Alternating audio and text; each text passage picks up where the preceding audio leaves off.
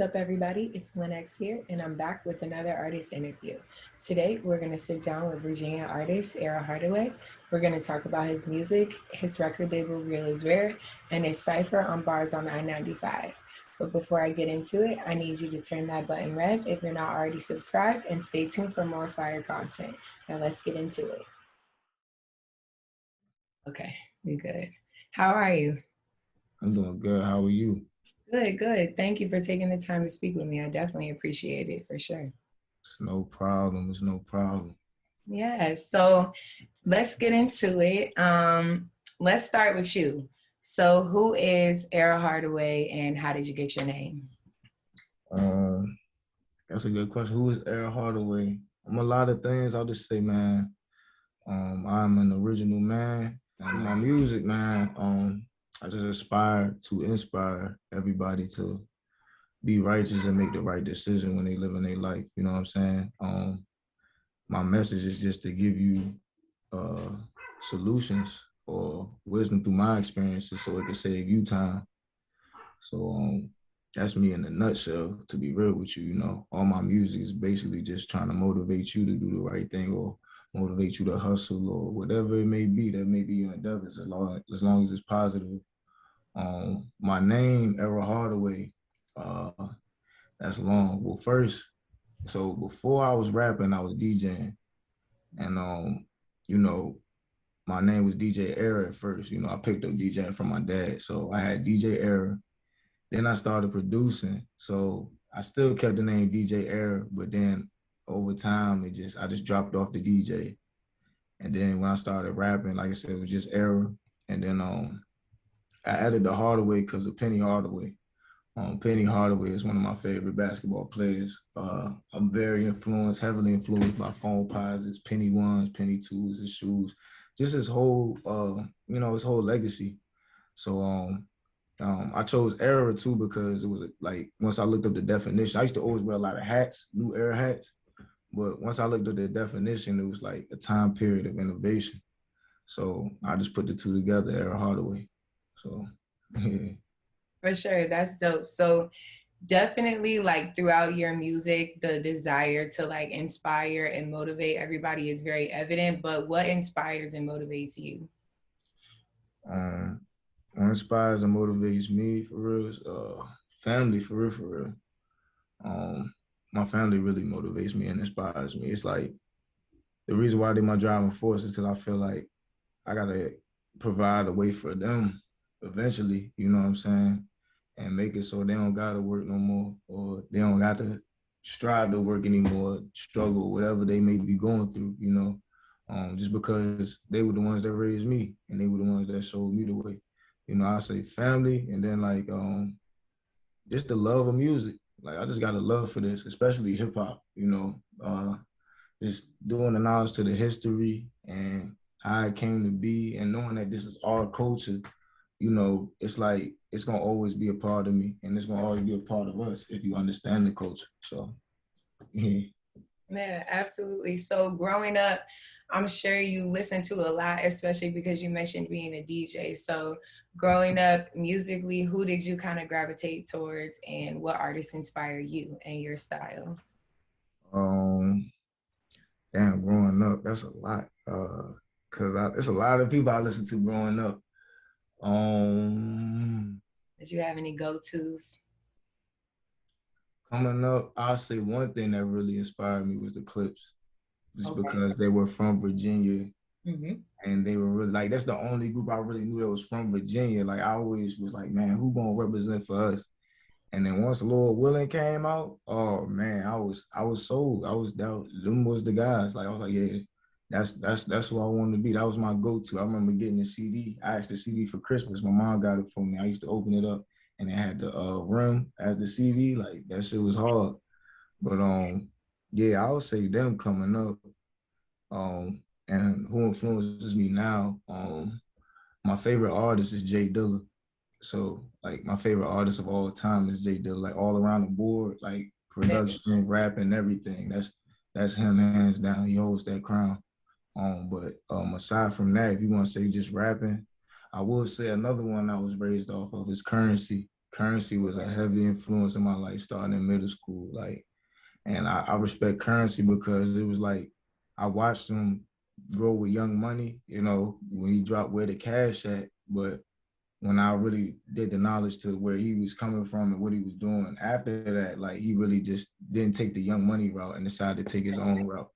Yeah, and that's what really made me respect him and really he really is like my inspiration as an independent artist, you know, Okay. because he just Like a paved that way. creative influence. Yeah. Okay. That's dope. That's dope. I definitely see the influences for sure. So talk to me about kind of like transitioning from a producer to a rapper. I guess like you still produce though, right? So it Yeah. wasn't really a transition, but when did you really start like getting into writing and what sparked that for you? Um, I really I would write here and there, of course, as a producer, but it wasn't really nothing too serious. But what really made me make that transition was simply nobody was buying my beats. that's that's for real. Like, I mean, I had, you know, you send off beats and you know let people use them for free, but nobody was really buying them. So I was just like, well, the next best thing to do is rap. And then it was just natural. Like I was just like, you know what, I might as well try my hand at this.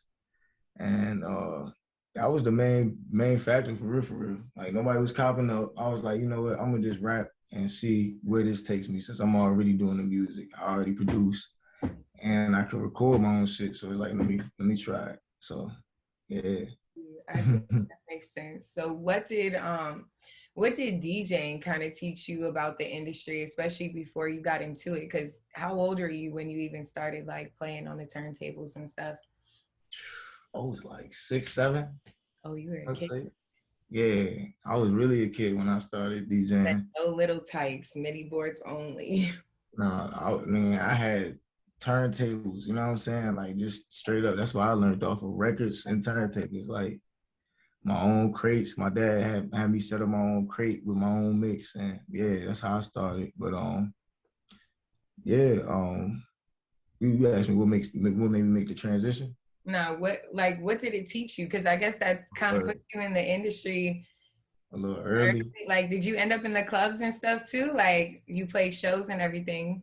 See, like we in Fredericksburg, so I'm DJing in Fredericksburg, so we doing private Fredericksburg? parties. Yeah, because that's Oh, where I was born and raised from Fredericksburg. You know what I'm saying? hmm. But we was doing like private parties.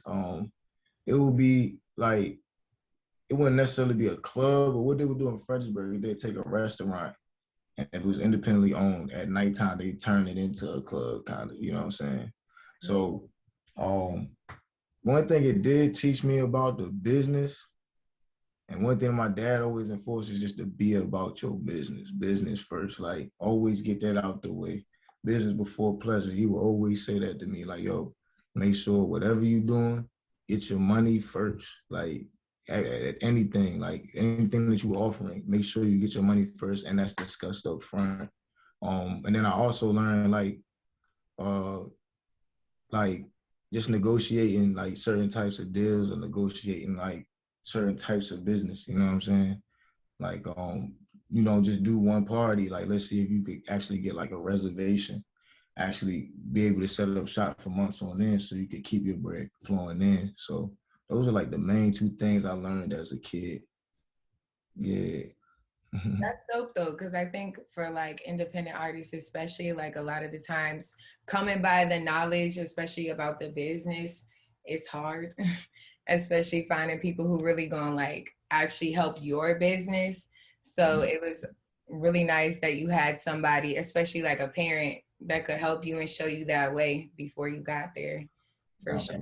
That's why I love my dad, man. My dad showed me a lot of ins and outs. And like even when I was rapping, like he would it was certain things that he would tell me like, yo, you should be getting paid for this, you should be getting paid for this. And at the time I ain't see it because I'm like, man, look, we rocking shows. Like, you know, I started rapping in Fredericksburg. We like me and my man's Job P, like, cause once we put out a tape, like we started getting booked heavy, but like we would get booked for like talent shows and we wouldn't be in the talent show, we'd be headlining. So whoever won the talent show, they won, and then we go on and perform, you know what I'm saying?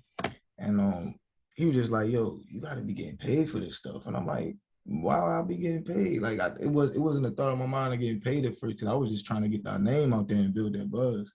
But like looking back, I was like, man, we could have really charged or we could have really got our money's worth for what we were doing. So, but you know, that's growing pains.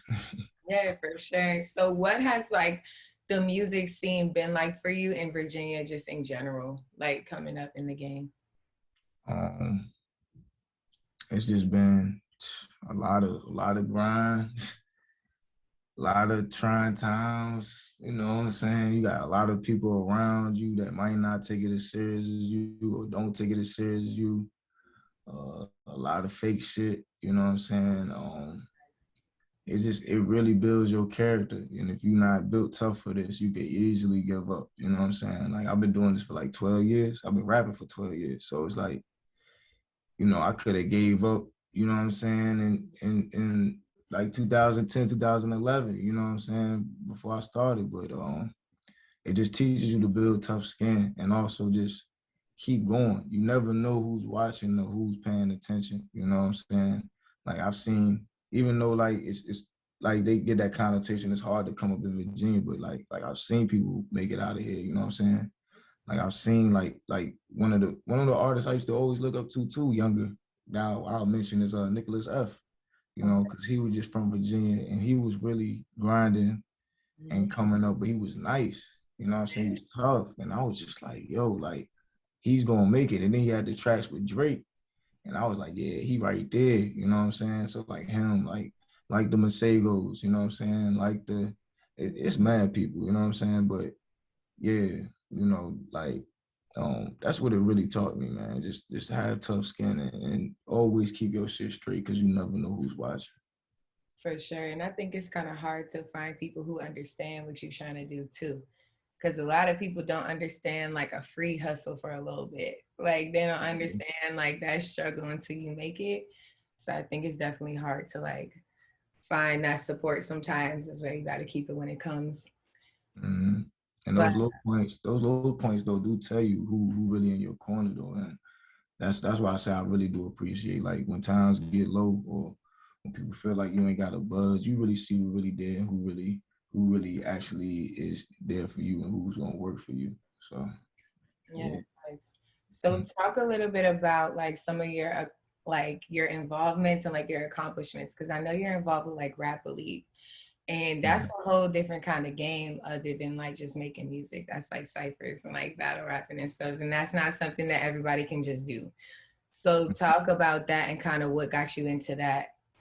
I actually just got into that like what was it last month when I won last month.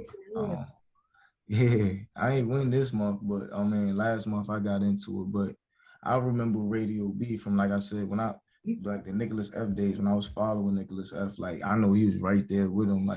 Yeah. Like if it wasn't Nicholas F, it was Radio B. If it was Radio B, it was Nicholas F in Richmond. You know what I'm saying? So to see him have that infrastructure now, and he's keeping the culture cultivated in Richmond. Like I at least had to do a cipher or something in there. You know, I ended up winning the first one though, so that was tough. You know what I'm saying? But I mean, the second one I took an L, but all in all, it's still like it grooms and it sharpens your sword. You're around other artists, especially in that open cipher. You really around other artists, and you could test your bars. You could test what's going to work, what's not going to work. You know what I'm saying? As far as from a cipher standpoint or MC standpoint, because when you in a cipher, you a microphone controller. Like you know what I'm saying? You got to command the crowd. It's no longer just a rapper. You know what I'm saying? So you can sit there and rap, but you're not gonna look good doing it. But when you control the crowd and you got that demand, and you could show them, yeah, then it's a different ball game. So it just sharpens you up on that your performance skills, and it really sharpens you up on how to talk to people and how to talk to the crowd. You know, build your confidence for real, for real. So yeah. Yeah. So do you think it helped at all? Like maybe not necessarily if it's for yourself, but just in general, because I know a few of the artists that are like currently involved with Rap Elite, they make music too. Like they're just artists as well. So do you think that that kind of helps with the making of music too and like the writing of the content? I feel like one thing that is the conversation just in music right now is kind of like the washing of the content with everybody kind of being really similar. But I feel like when you're like in a cipher and you're battling and stuff, you gotta come fresh every time. Like you can't repeat. So it's gotta in a way like Nah, help make your music better too. nah, it does. It does because you get to see what people react to and what people don't react to. That helps you filter your content more. So like, especially if you want people to feel you, you know what I'm saying? Um, like certain bars might hit off. You might be like, okay, I could use this scheme, or I could use this angle, you know what I'm saying? Or like they like schemes, they like angles, that works, you know what I'm saying? Or they might like metaphors better, like it just really helps you to test that content and see like, okay, if this is what's working for the crowd, and this is what they tapping into, maybe I could write about this, you know what I'm saying? Like let's say you speak on a struggle story. Let's say you go through and use struggle bars and they tapping into it. Okay, that might be your niche because that might fit your voice and style. You know what I'm saying? Other people, it might be, oh, you got to be going at somebody. You got to be hitting them with them heavy metaphors and heavy similes. That's what they like from you because that's your style. You know what I'm saying? I say all in all, it helps your style. Like it helps you to know, okay, this is what I'm best at in rap because there's so many styles to rap. You know what I'm saying? But only one's gonna work for you. So For sure. yeah. So have you had like as an artist, have you had like a solidifying moment yet that kind of lets you know like I can do this? Mm, that's a good question. I just it's never really like a solidifying moment. It's just like an energy, like the Okay. way people perceive you, the way people view you when you go out. I was just talking to my man Doe about this. Like every time like we step out or every time I step out, it's always like those people that be like, yo, you the best or you the go, what music you coming out with next, yo, I fuck with this or I like this. And it's not just necessarily that they saying it, but it's who's saying it that's saying it. You know what I'm saying? Like, oh damn, I didn't even know this person was paying attention, and they might have a substantial position in the music area, like independently, like in Norfolk or in Richmond. You know what I'm saying? Their position might be like very very high up. So it's like, damn, whoa, they listening and they watching. Okay, like just like case in point, when I did the cipher the first time, and after I got done with the cipher, like when Nick F came up to me and he was like, yo, that shit was hard. That shit was nice. It was like, damn, you know what I'm saying? It's like, okay, you listening. All right, I Like bet. a You know what I'm flower saying? for you So just for the moment. yeah. So it's like I would say it's just over time, like those consecutive comments or those consistent comments of where people perceive you in their minds. That's what keeps me going. And then like my man Super said it one time, like, he gave me a pep talk one time. He's like, yo, you got a gift, bro. Stop being selfish with your gift because it's not yours ultimately. And I was like, damn, like, It's our creator's gift. yeah, and we Daddy. gotta give it to the world. Facts. Facts Mm-hmm. for sure. What made me ask you that was like the bars on I-95 cipher, like the little tour that they did. Cause you had like a lot of like accomplishments like spread out over a course of time, but I've came across you like a few different times. And I thought that was like a really dope moment, especially just for VA kind of as a whole, because they were growing then, they're like a huge platform now. So I think that was a really good moment just all together.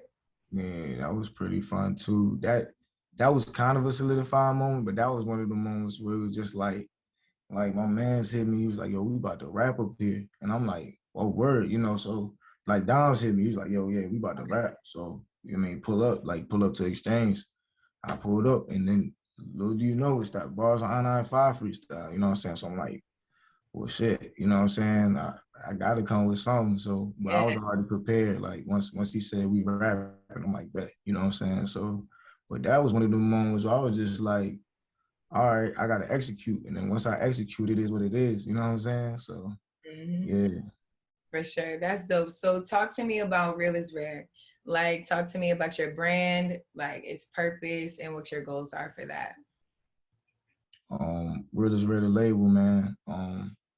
we got it's an acronym. We look at real, it's 4 words. It's respect, equality, authenticity, and loyalty.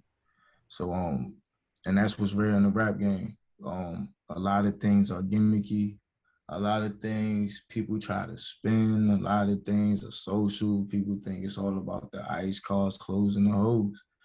But that's not the case, and that's what we bring. We bring the authenticity and realness to it. You know what I'm saying? Like I said, I was just having a conversation with Doe. Doe was like, man, he was like, people feel like we was talking on the conversation videos, but he's like, yo, people feel the song more when you in the trenches with your niggas or you in your environment that you supposed to be at. When you shoot videos like that versus when you got a high production video and you got scenes and shit like that, like not many people are gonna be listening because you're not really in your environment and you're not really around with what you say you around, you know what I'm saying? But when you really like do those authentic raw videos, people can feel it more, you know what I'm saying? So that's how we try to come with it. It's just all raw and it's all real. Like it's nothing fake. Like you could ask any questions about any one of my bars and I will tell you. You know what I'm saying? Like it's just we try to stay as close to the truth as possible. You know what I'm saying? If not, we are the truth. You know, so real is rare. The label, man. Like it's a rare thing. It's only 5% out of 100 people that's real. You know, so. And with that, man, we try to hone in on those people and give them the best quality of music, from that standpoint. So, No, for sure. yeah. That's dope. I hope your label goes farther than it already has. Real is definitely, just as your brand stated, it is a rarity. And I feel like when you see, just like you said, when you see in music videos and stuff and you see people in their own environment, energy is transferable, like even through a screen. So people can feel what y'all feel when you're creating the production. And I feel like when people are like in their real environments, like and their real self in that position, it comes off just that much more different to the people who are watching. It's something that they can feel, it's something that resonates with them and they can relate to it, because at the end of the day, the people you're rapping to, like, they not driving Lambos and they not pulling up to a 16-bedroom mansion. Like, they just not. But then it's like, even to break that down even further, and that's why I started the label too, because it's like I want to educate artists to show them like what the real is. Like for some artists, that's the truth. Like for some artists, they made it to the point where they actually that rich. Yeah. For other artists, it's just in advance. Or for some other artists, all this stuff is being paid for by the label. You know what I'm saying? And they got to ultimately recoup it. And if they don't recoup it, all them things can be taken away. You know what I'm saying? But if you don't have the knowledge to know that, to know the truth, you just gonna see it as, oh damn, he got 2 Cartier watches on, he got the $100,000 chain. You know what I'm saying? Like even out to the point of business, like a lot of these rappers, when you see their jewelry on, sometimes, well, most of the time, they ain't pay for that. You feel what I'm saying? Like, not that I'm saying like they ain't pay for that, somebody else did. I'm talking about the jeweler gave it to him, Yeah. because the jeweler needs somebody to show off the ice so they could get more customers. You know what I'm saying? So it's like, all right, we're gonna make this big piece for dude, give it to him, and he gonna promote us. You know what I'm saying? Boom. Once the jeweler gives it off, oh yeah, you got 100,000 other people coming to spend money. You know what I'm saying? So why not me get one free chain in order for all these sales? Like, thinking that way. You know what I'm saying? That's another reason why I started the label, because it's like I want artists to understand that you don't need all that shit to be successful. You know what I'm saying? All you need is the knowledge, and all you need is the know-how. So yeah. Definitely, if you have that ability to relate to people too, you'll hold them quicker. Like, you won't need to do all that to keep them, because Exactly. you are them and they become you because they're your fans. So that's definitely dope for sure. And then the last question I have for you is just about, what is the future looking like for you right now? I know you spent a lot of time in June dropping music. So what are you working on right now, and what is the future holding for you? I'm working on this one main project right now. Just gathering the content for that. I ain't gonna release no details or no names yet till it's like finished. Yeah, but I'm working on that. I got an EP with my man Too Tall. I'm gathering that up too as well. Working with my man Doski. You know what I'm saying? we gathering his content and we getting ready for him to drop. And just focusing on those things, you know what I'm saying? And just making sure that like the label is straight and the label is right. Just on a business tip, you know, because once we start rolling, it's gonna be a lot of things coming down the pipeline, you know, especially when it comes to publishing and marketing and things of that nature. So it's like just making sure we have the foundation and the structure set, so when it does come, we could benefit the most, you know. Yeah, So absolutely, for sure. Thank you so much yeah, for taking the time to speak with me, though. I definitely appreciate your time for sure. And at the end of this video, we're going to link all of your information so that the viewers can check you out and stay tapped in with your music. awesome. I appreciate that. Thank you so much. You know, I appreciate you giving me the opportunity to speak on this platform. You know, Of course, we definitely got you. And we will definitely stay tapped in with you and keep an eye on you for sure. thank you. I appreciate it. Of course, of course. Have a good night. You too. Thank you.